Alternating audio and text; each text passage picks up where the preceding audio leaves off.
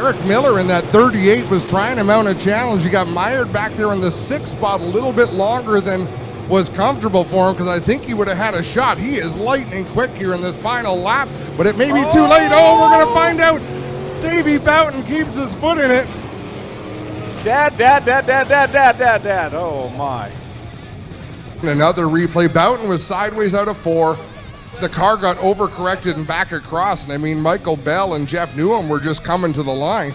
And really, when an accident is moving towards the infield, the best thing you can do if you're coming down the straightaway is accelerate, because you want to get past it. Another great view from turn 2. My goodness.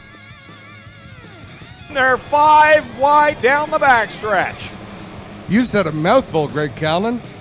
Jason Dixon got a little bit sideways into 3. I thought he was going to go around, but he gathered it in, did a great job, still in the top 10. And I've decided I'm not getting excited in a mini stock race unless they're 5 wide or more anymore. 3 wide does nothing for me. Here they are again, 5 wide coming off the 2nd corner. How they made it through the first lap, I will never know, and they're still going at it now. Oh, Jason Dixon breaks the wheel off that number 6, and the red flag will come out. Well, we're going to get a replay for those watching online or with your... Well, he's all right out of the car down here, guys. And I want to hold this up so Dave can see it. Dave, can you zoom in on that? Center of this wheel is still intact, guys. All 5 lug nuts still intact. The hub and brake drum still in place. You can see where the axle has severed off. He's having trouble keeping up with the 222 of Mazzy, but this lap car might be just what he needs. Tim Newell right in front of the leader now. Tim DeBoer goes off the track and up high into the wall in corner number 2. And that will bring out the caution. I don't think it will. He's out of harm's way. It's the last lap. They're racing on. Checkered flag in the air. Oh, and we got trouble in 3. We got a wheel off of Chris Reichman's number 93. He's keeping... Oh, baby. Somehow they all got around. Well, they're not done yet. Down into turn number 3. Everybody taking evasive action. The wheel is not going to make it. You came looking for a show? Well, here you go. Let's end all the anticipation as we bring to you our feature presentation.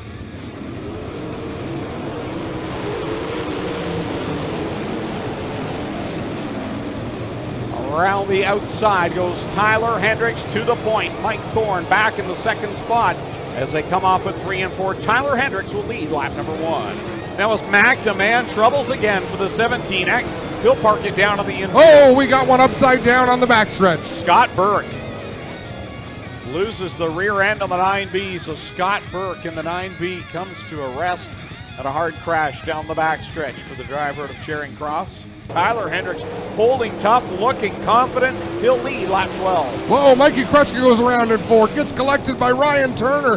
Both of them sliding backwards a little bit on the racetrack. That was as innocent a sprint car spin as you can suffer. Well, I've never seen anything quite like this. That huge clod of mud has come up through the dashboard and smashed the steering wheel right out of Mikey's hands.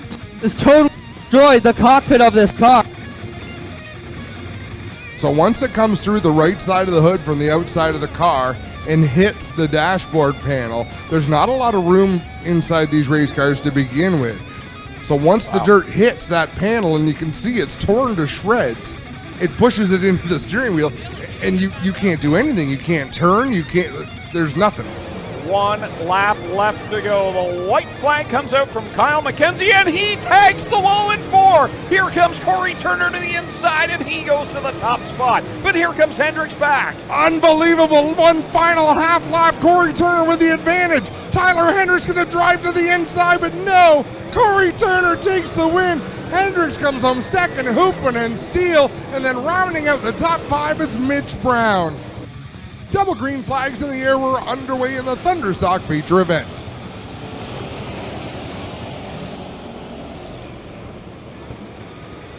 Donnie Lampman getting swallowed up by Christopher Hale and Go Fast Teeble, but out in front is Aaron Rowitsky in the number 4, leading them into turn number 3 as they fan out across the racetrack. According to timing and score, it was Donnie and Lampman who went off the track that lap. As Aaron Rowitsky with the problem, he'll go around in 3 and get collected by Bill Bleach. Oh, he's up on his side.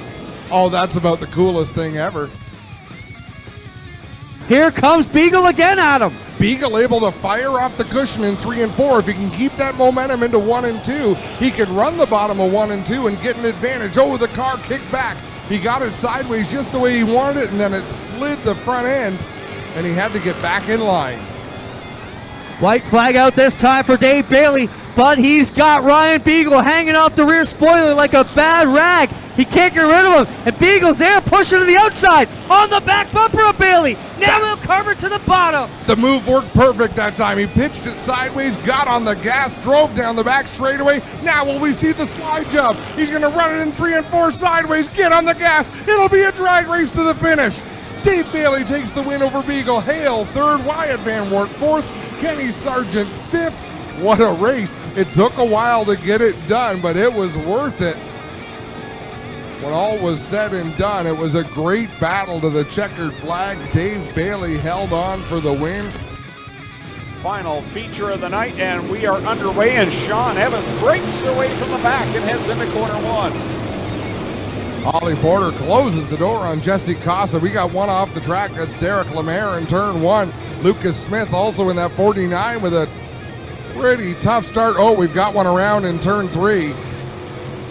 They all pile in. AJ Lewis involved. Liam Martin, I believe, is one of the cars down there. Paul Ballantyne. Jacob Dykstra. Oh, I think that's Stephen Beckett, 08.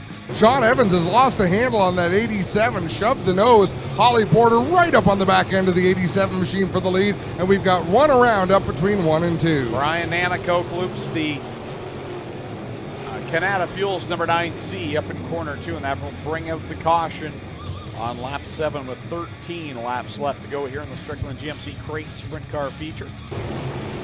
As they're 3 wide for the lead on the back straightaway, Holly Porter down low, Sean Evans works up the racetrack. Jesse Costa thinks twice, and we've got one around. I believe that's Brian Nanakoke once again up in turn number 1.